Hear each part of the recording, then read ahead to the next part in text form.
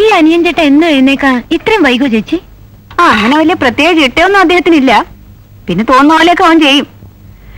എല്ലാം സഹിക്കാം. ഈ നാട് നീളെ നടന്ന് വഴക്കുണ്ടാക്കുന്നത് മാത്രം നിർത്തിയാൽ മതി. അനിയൻ ചേട്ടൻ വഴക്കുണ്ടാക്കോ? ഇനി വന്നല്ലേ ഉള്ളൂ, ഇനി കാണാൻ പോകുന്നേ ഉള്ളൂ.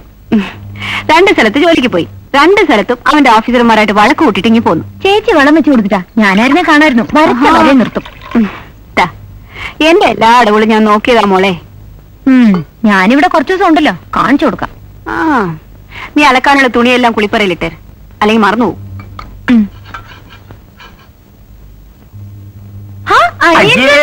എനിക്കിത് കാണാൻ വയ്യായേ. എന്തുവാ? അയ്യോ, നീ എന്താണ് ഇങ്ങനെ നിൽക്കുന്നേ? അയ്യോ, എന്തെങ്കിലും എടുത്തോണ്ട് നിൽക്കരുത്. ആൾക്ക് ശീലമല്ലേ ഇത്. പോ. ഞാൻ ഉടുത്തോണ്ടല്ലോ നിൽക്കുന്നേ. അയ്യോ അയ്യോ അയ്യോ, എന്തുവാ? ഞാൻ ഉടുത്തോണ്ടല്ലോ. നിങ്ങോട്ട് വായേ. എന്താ എന്താ പറ്റി? നോക്ക് ചേച്ചി, ഞാൻ ഉടുത്തോണ്ടല്ലോ നിൽക്കുന്നേ. അതെ, അതിനെന്താ പറയുന്ന കേട്ടോ. നീ ഒന്നും എടുത്തിട്ടില്ലടി. എന്താണ് പറഞ്ഞേക്കേ ചേച്ചി, ഒന്ന് പറഞ്ഞേക്കേ. ഒന്ന് നോക്കേ. അയ്യോ, നിനക്ക് എന്താ ഇതിലൊക്കെ ഒരു കാര്യം? അവർക്ക് മര്യാദക്ക് സാരി കൊടുത്തണം നിന്നൂടെ? അതെ, അവരവരുടെ ഇഷ്ടം. നോക്കിയാ നാളെ തുണിയുടെ നീളം കുറഞ്ഞു വരും. നീ ചായ കുടിച്ചാ? ഞാൻ ചായ കുടിക്കാം. തുടങ്ങിയല്ലോ. നമ്മുടെ കാണിക്കുട്ടി അവിടെ മോനെ. അയ്യോ അമ്മ, ഇപ്പൊ അങ്ങോട്ട് പോകല്ലേ അമ്മ. അവളുടെ നിലപാട് ശരിയല്ല. എന്താ? അവള് നേരെ ഒന്നും കൊടുത്തിട്ടില്ലെന്ന്. നീ പോടാ. എന്നെ എന്ത് പറയുന്നു? സാറ് വെറും വയറ്റിൽ വെളുപ്പിടിക്കാതെ പോയാട്ടെ.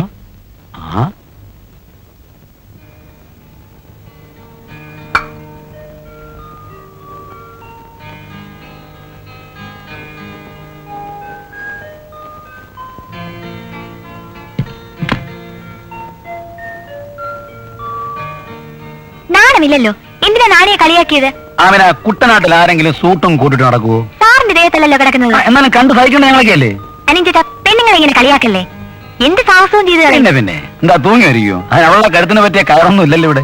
അവിടെ ഇരുന്ന് കരയ്യ. ആര്? ചെന്ന് അന്വേഷിക്കണം. ചുമ്മാ കരയട്ടെന്ന്. വല്ലപ്പോഴൊക്കെ അല്ലേ കരയാനുള്ള സമയം കിട്ടത്തുള്ളൂ. സമ്മതിക്കത്തില്ല.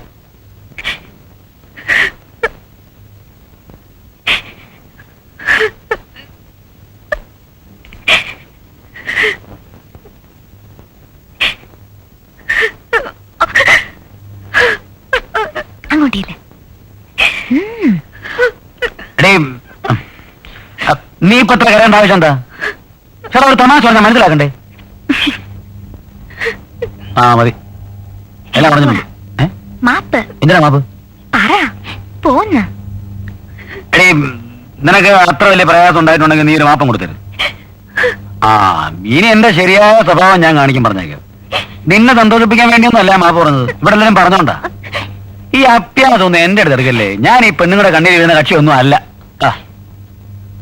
മിന്നലേ, അയ്യടാ, ഞാൻ കറിയാന്ന് വിചാരിച്ചോ? നാട്ടിലൊക്കെ വലിയ പ്രമാണിയായിരിക്കും, പക്ഷെ എന്നെ കറിക്കാൻ വേണ്ടി വളർന്നിട്ടില്ല. എന്നോട് ഇപ്പൊ കാണിച്ചത് ഞാൻ പകരം ചോദിച്ചില്ലെങ്കിൽ ചമ്മിപ്പോയി.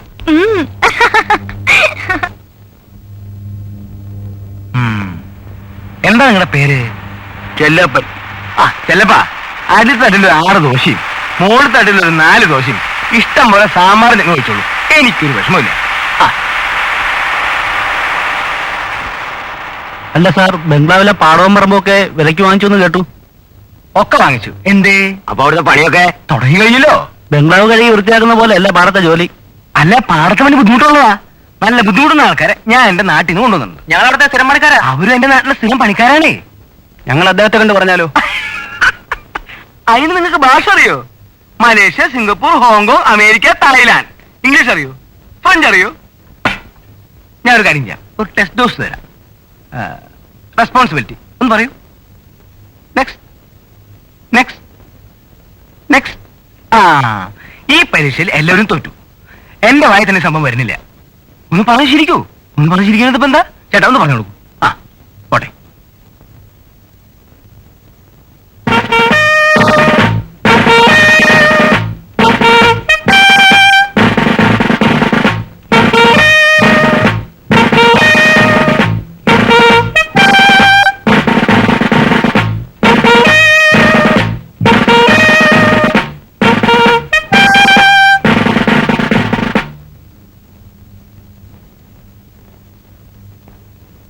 വന്നല്ലോ, ഒന്ന് പറഞ്ഞേ. റെസ്പോൺസിബിലിറ്റി ഒന്ന് പറഞ്ഞേ.